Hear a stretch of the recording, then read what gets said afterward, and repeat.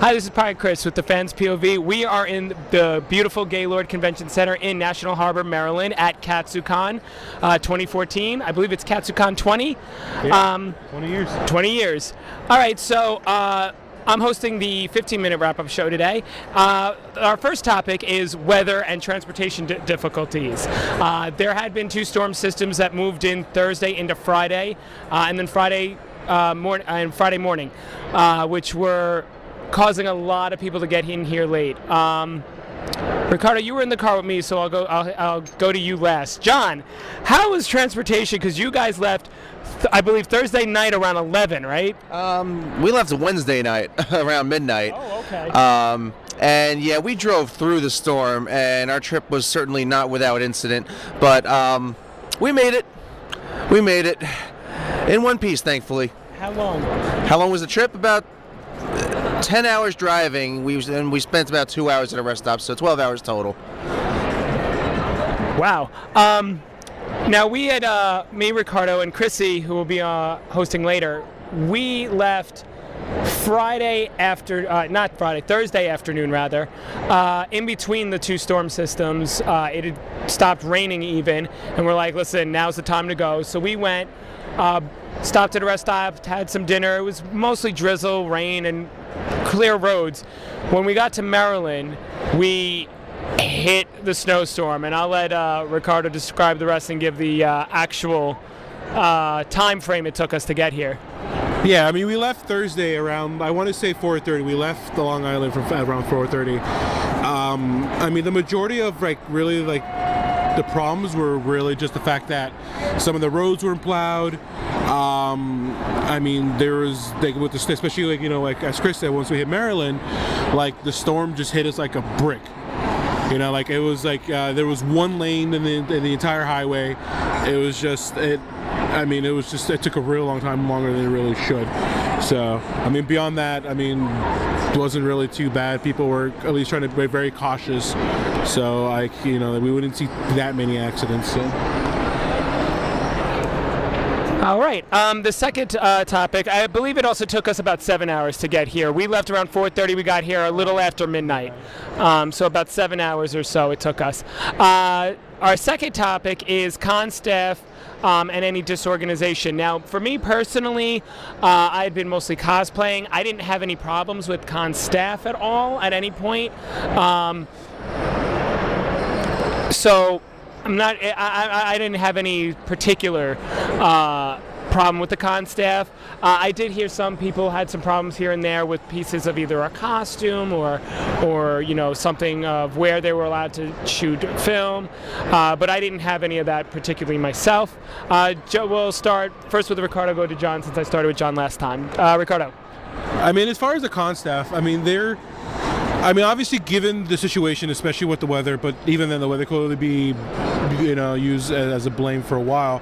I mean, the majority of what I've heard from a lot of people was really registration, because the fact that a lot of people came in early or late.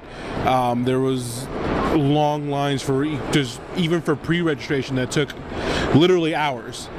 So, I mean, I've been talking to a couple people here and there, and they have said that this is like the first time it's really happened. It's gotten this convoluted and this, I guess, if you will, just, problematic. So, I mean, this is something hopefully that in the future we'll see better results out of. But, I mean, like I said, it's the first of the time that's happened. So, I mean, I don't think it's going to be an issue later. So. Well, as far as organization goes, the con was mostly well organized, I'd say. The only issues I have with it is that the schedule wasn't posted until about 2 days before the con, not giving us really much time to plan out our schedules. Although they did use the guidebook app, so props to them for that, because there are still some cons out there that don't use it, and I don't know why they wouldn't. And the only other thing I would say is, there were a few panels here and there, so a few of the more popular panels that were put in really tiny rooms. This is an issue with every con I go to. just kind of wish the staff would kind of do a better job of gauging which panels would be more popular, and don't put it in a tiny room. Give it the room that it deserves.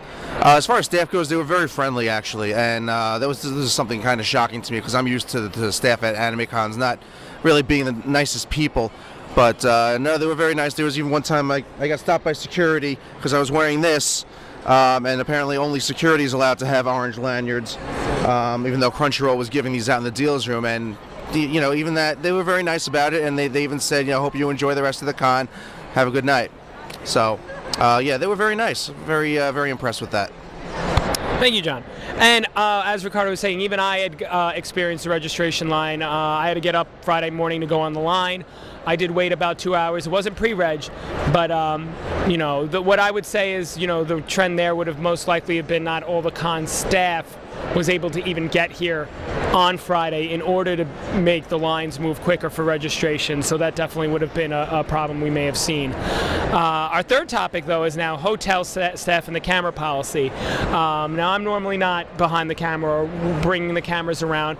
I did notice a couple of the areas where photo shoots are normally done were not nearly as big anymore.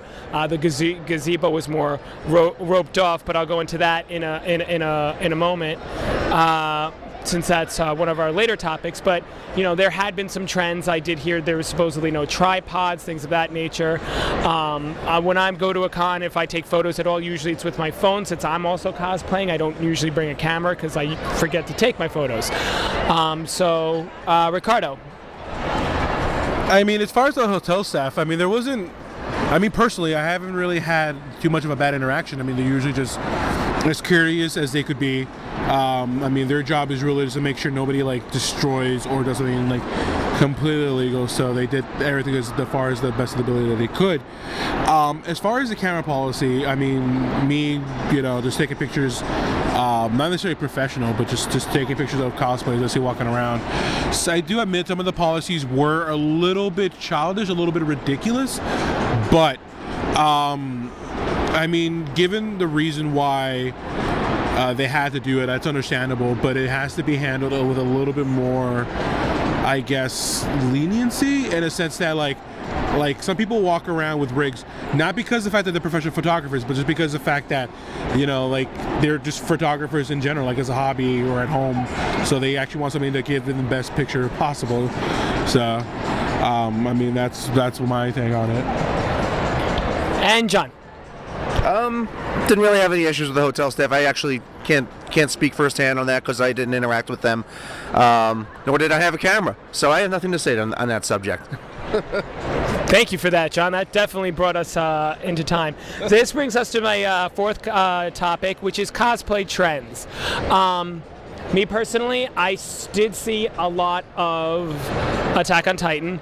Most of the ones that creeped me out were the Titans because it looked like muscles, and some of those cosplays were actually really, really well done that I thought it was real muscle, and they had no skin, and I needed to get away from them. Though the creepiest one, I must say, has got to be the Titan that was pole dancing. Yeah. That was creepy. I saw that. And so yeah, aside from that, though, I gotta say, though, I did also see a second trend that I normally don't see at cons in general, let alone an anime convention. I saw some Warhammer 40K. I saw a Chaos Marine. I did see a Space Marine. I saw two different Space Marines and a Sister of Battle. Huh? I saw a Sister of Battle. So and a Commissar. So I that is the most I've seen at a convention ever. So I got to say, I got to throw that out there as a trend because for any kind of convention, that's the most I've ever seen. Hell, Dragon Con, I think I've seen maybe 4 Space Marines, and that right there tops 4 Space Marines. So that's the trend I'll go. I'll go with John next. Just the usual trends that we've been seeing in the past few years. As Chris said, Attack on Titan. The other big trend in cosplay has been Madoka Magica as of late. The only other thing I would say to note is that there's definitely been a decline in the staple shonen cosplays. A few years back, you go to any anime con, you would see Naruto, Bleach, Full Metal Alchemist everywhere. A lot less prevalent nowadays. And I'm not sure. I guess it's just because those shows are getting a little dated, so they're doing less cosplays of them. And I heard that you absolutely love Naruto, John. Ricardo. I mean, I do agree. I mean, that's the general consensus is really, Attack on Titan is still very popular, so you see a lot of cosplayers of that. One thing I've been noticing lately, just mostly because it's of its American release, was I think I apologize if I'm butchering it, but Danganronpa. That's it. Okay, yeah. I mean, I've been seeing like a bunch of it, like a bunch of cosplayers just from that. So I feel like that's been doing that. Let's see what else. Surprisingly enough, one thing I've been noticing is really like cosplay from the show Sherlock. Like I've seen like a good handful, a little bit more than I usually do. So I mean, it's mostly just because of the fact that the show is like doing very popular in America. So that's I feel like is the major trends this year. So. And I'm going to throw one last one before I go on to the final topic. Assassin's Creed. I did see a lot of Assassins. And with the release of Assassin's Creed 4, I saw a lot of other people do the other characters that were the pirates. So you got even a little bit further than just Assassins. You ended up with Blackbeard out there, so which was really cool because it allowed people to expand than just Assassin robes.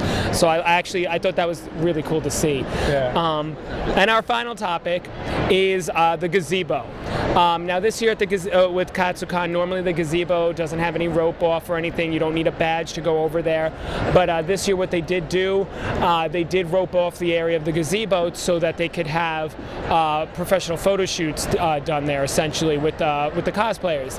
A lot of photo shoots were done there. I actually met up with a bunch of Assassins for an Assassin's Creed photo shoot. They allowed even Captain Jack Sparrow on there, because he's a pirate, in on the photo shoot. That's where I ended up seeing a really good Blackbeard. I even saw a James Kidd, which I was so impressed with. So my thoughts on the gazebo was, it's interesting. I'm glad that the entire area wasn't roped off. It was literally just kind of almost like a semicircle around the gazebo itself, not the whole level. So you didn't need a badge to go up there fully, but you did need to do it if you wanted to take photos at the gazebo at all. And I had no problems with that because I was still able to get from one end of the gazebo area to the other without even cutting through. And it's definitely been better to take photos at the gazebo, because one thing that has happened a lot is so many people will accidentally cross in front of a camera, and that definitely helped that from not happening this year, which I think is a major. I think improved the con a little bit for the photo shoots at least. So John, what did you think about that? I only crossed by the gazebo a couple of times, and it was very crowded in the area. So I guess the roping off kind of it did help organize things, but it also made the area very crowded because that was less people near the gazebo. But so it's kind of a double-edged sword. But you gotta give some to get some, I guess. The only thing I want to add to that is I don't have much interaction with the gazebo. I'm not a cosplayer or anything of the sort, but do follow the Twitter account Katsucon Gazebo and check it out. It is hilarious. John has a lot of intimate relationships with that gazebo. He's not a cosplayer, but he's had a few moments with me at the gazebo. Ricardo.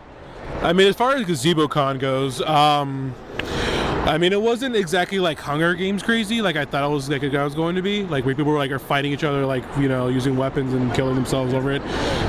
Surprising enough, it was as Chris and John said, that it was crowded just because of the roped off areas. However, I mean, I felt that as far as the photo taking inside the gazebo was handled a little better than I expected, or at least came to expect. It wasn't just people arguing or people just trying to get in every moment they can. I mean, everybody that I've seen each time I passed it was, very patient, very respectful. So, I mean, it actually kind of did very, very good as far as them roping them off. So, I mean, that's my take on that. All right, and so that's our 5 topics that we're going to talk about today about Katsucon 2014. Now, the only other final thing we have to talk about is ratings. How would you rate Katsucon? This year, I had a lot of fun, so I'd give it, about a 4.5 rating. Definitely out of 5. Yes, out of 5. Well, 1 out of 5. We'll go with that. So definitely a 4.5. I almost really splurged in the dealer's room since it's also tax season, and I was like, can afford it, but I should know better. It's also rare when you do that. Yeah, so I didn't splurge in the dealer's room. I'm slightly regretting, right? Yeah, so I'll give it a 4.5. I had a lot of fun this year, saw a lot of awesome cosplays. That Blood Angels at Space Marine, you saw him. I mean, that pretty much, I was on the registration line when I saw him, and that pretty much made my con. Ricardo, what would you give the rating? I'm actually going to give it more a 4 out of 5. Simply because of the fact that, surprisingly enough, this is actually the first Katsucon where panel-wise I didn't see a lot of variety that I wanted to go to. Usually there's something loose that's very kind of eye-catching or just interesting as far as like the subject matter and all that. I only went maybe to like a collective about 2, but that was like just variety in general as far as the entire con is concerned was the only real reason why I'm getting a 4 out of 5. So I would also give it a 4 out of 5. It was mostly a fairly well run con, despite the few issues I mentioned earlier. Dealer's room was okay. There was a lot of empty space in it, so I feel like maybe they could have used it a little bit more. Although they did make the space bigger, I guess, for space, just to give people room to walk around.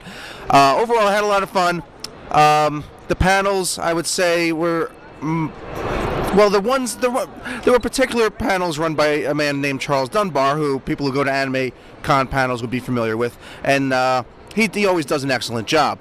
The other panels, not so much, but he did about 7 panels this year, and I would say if you haven't been to any of his panels yet, look out for him. He's great. Studyofanime.com. He really knows his stuff, and any panel run by him is always full of energy and pretty much packed.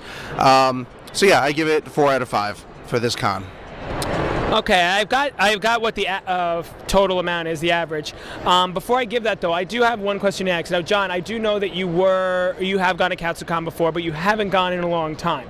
So between previously when you've gone to Katsucon and now, has it improved, or has it gotten worse, or? Yeah, it's actually improved greatly. Last time I was here, which was 3 years ago, it was the first year they were here in the Gaylord, whenever that was. Wasn't much to do. It was the con's first year here, so there was that. Plus the city, this area, National Harbor, was very new at the time. I think it was the first convention to take place in this building. And there weren't many restaurants around, so it was kind of like, where am I going to eat? I don't think the Baja Fresh was there. I don't think the burger place down the road was there at the time. No Subway. Anything you wanted to eat you had to pay like $40 for a meal. So the area has developed quite a bit. The convention is much better run. So yeah, drastic improvement from the last time I was here. Well, that's awesome to hear. So between the 2 4s and the 4.5, we had an average of a 4.1 this year between the 3 of us for Katsucon 20. And this is, once again, John, Ricardo, and Pirate Chris with the Fans POV. We hope you enjoyed Katsucon, and you all have a fantastic day. We'll see you at the next convention.